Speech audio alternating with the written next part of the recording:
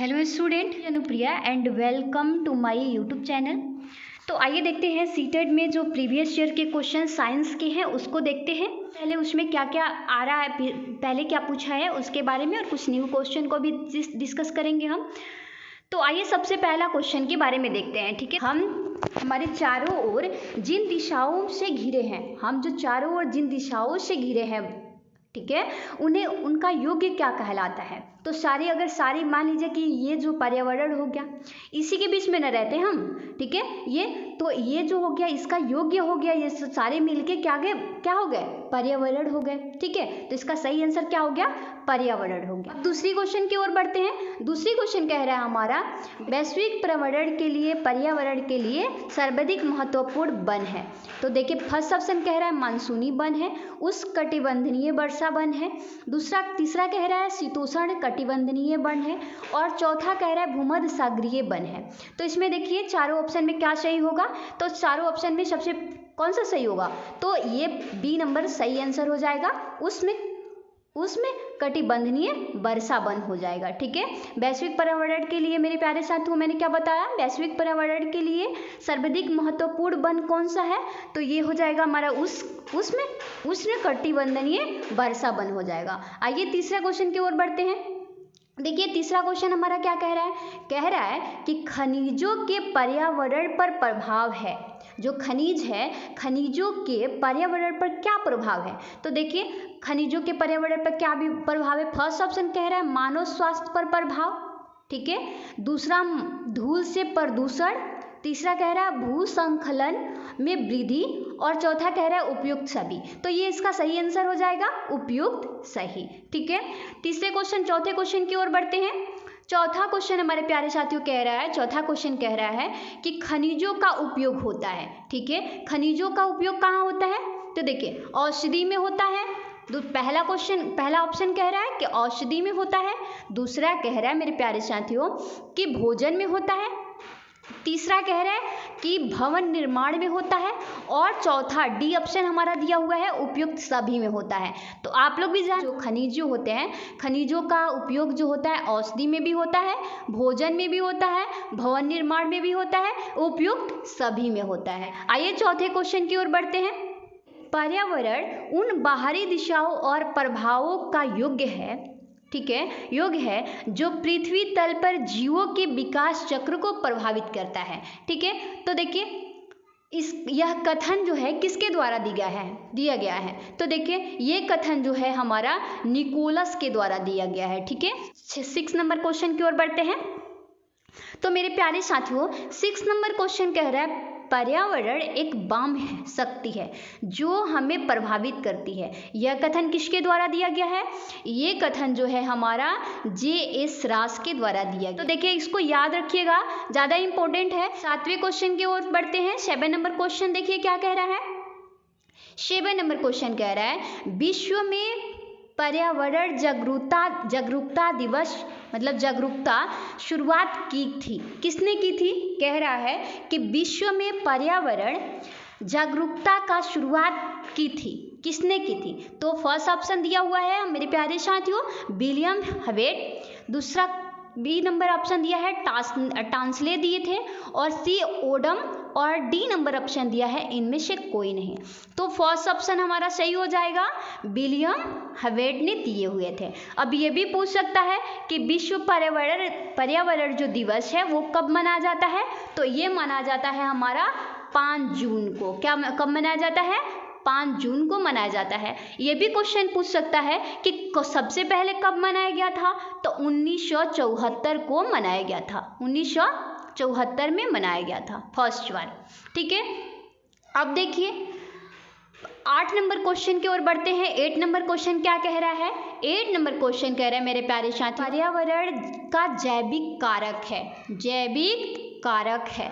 तो पर्यावरण का जैविक कारक क्या क्या है, देखिए इसमें तो कह रहा है मृदा, फर्स्ट ऑप्शन कह रहा है मृदा, बी नंबर ऑप्शन कह रहा है वनस्पति, सी नंबर कह रहा है वायु, और डी नंबर कह रहा है तापमान।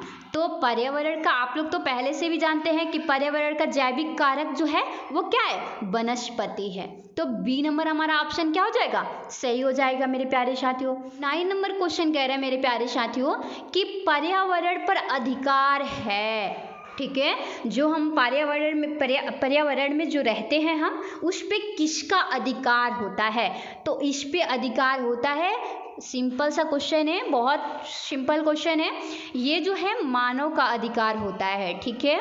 पर भी जंतुओं का तो कम होता है, ज़्यादा मानव का होता है, इसलिए ज़्यादा मानव दे दिया गया है, ठीक है।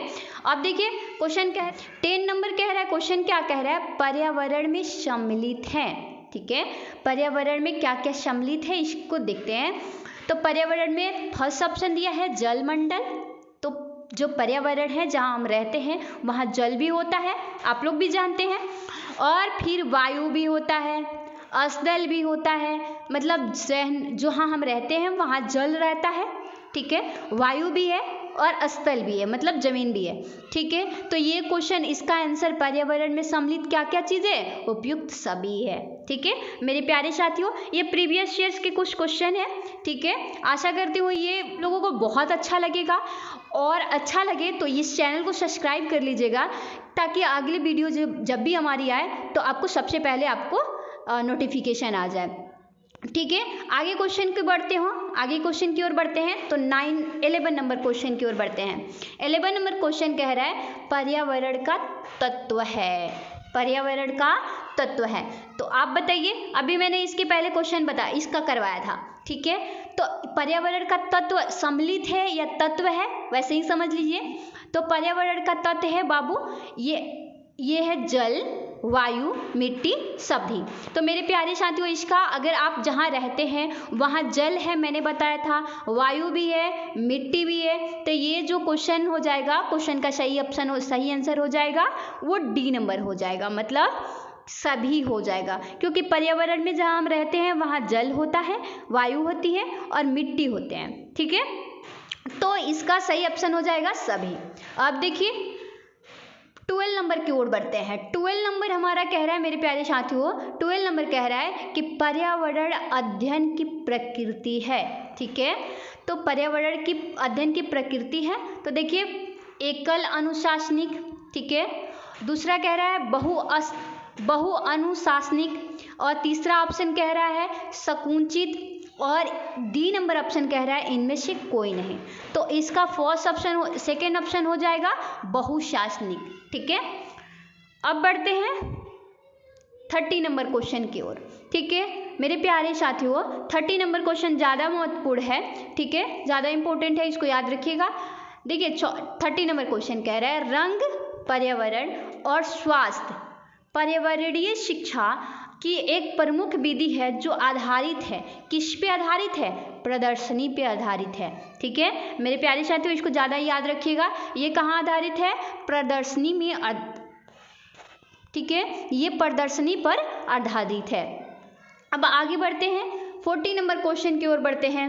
40 नंबर मेरे प्यारे साथियों कह रहा है कि पर्यावरणीय निश्चयवाद के प्रतिपादक कौन थे, ठीक है, पर्यावरणीय निश्चयवाद के प्रतिपादक कौन थे।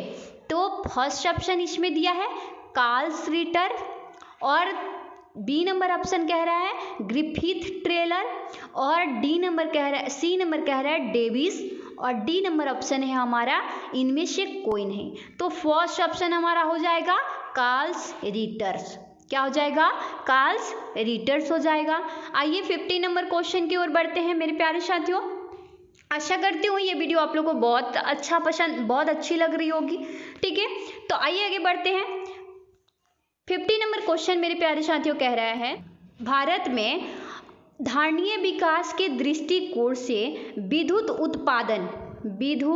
उत्पादन का सबसे अच्छा स्रोत कौन सा है, ठीक है, कौन सा है मेरे प्यारे साथियों, सबसे ज़्यादा इम्पोर्टेंट जो है वो जल विद्युत है, ठीक है, क्या है, जल विद्युत है। देखिए ऑप्शन में क्या क्या कह रहा है, पहले ऑप्शन एक बार देख लीजिए।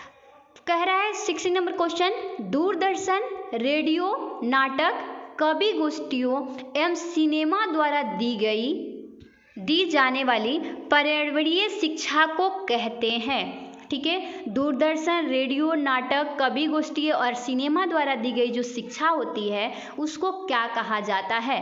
फर्स्ट ऑप्शन कह रहा है औपचारिक पर्यावरणीय शिक्षा, दूसरा कह रहा है बी नंबर ऑप्शन कह रहा है अनौपचारिक पर्यावरणीय शिक्षा, पर्यावरणीय शिक्षा, और सी नंबर कह रहा है पाठ्यक्रम शिक्षा, डी नंबर कह रहा है विद्यालय शिक्षा।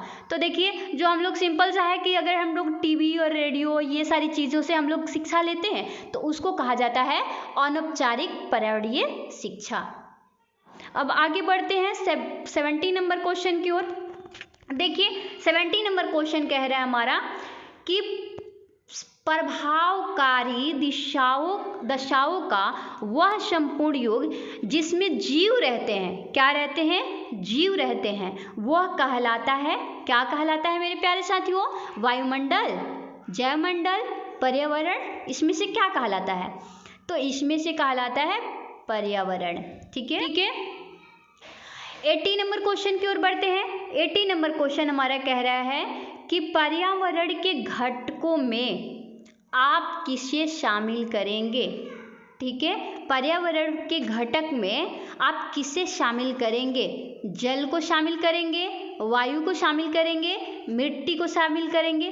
तो अगर पर्यावरण में ये तीन चीज़ें नहीं रहेंगे, तीनों ज़्यादा ही इम्पोर्टेंट चीज़ है, तो ये तीनों चीज़ों को रहना ज़्यादा ज़रूरी है। तो पर्यावरण में हम किसको शामिल कर सकते हैं? सभी को। अगर जल नहीं रहेगा तब भी दिक्कत है, वायु नहीं रहेगी तब भी दिक्कत है, मृदा नहीं रहेगा, मिट्टी नहीं रहेगी तब भी दिक्कत है। तो ठीक है, इसका सही आंसर हमारा क्या हो जाएगा? उपयुक्त सभी। अब देखिए 90 नंबर क्वेश्चन की ओर बढ़ते हैं। 90 नंबर क्वेश्चन हमारा क्या कह रहा है? एक क्वेश्चन और बचे हैं, ठीक है, ध्यान से सुनिएगा।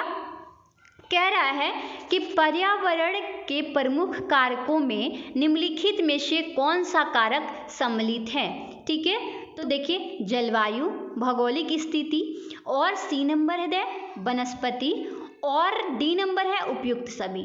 तो जो ये पर्यावरण के प्रमुख कारक है इसमें तो सभी है, ठीक है, तो उपयुक्त सभी हो जाएगा, 90 नंबर क्वेश्चन हो जाएगा।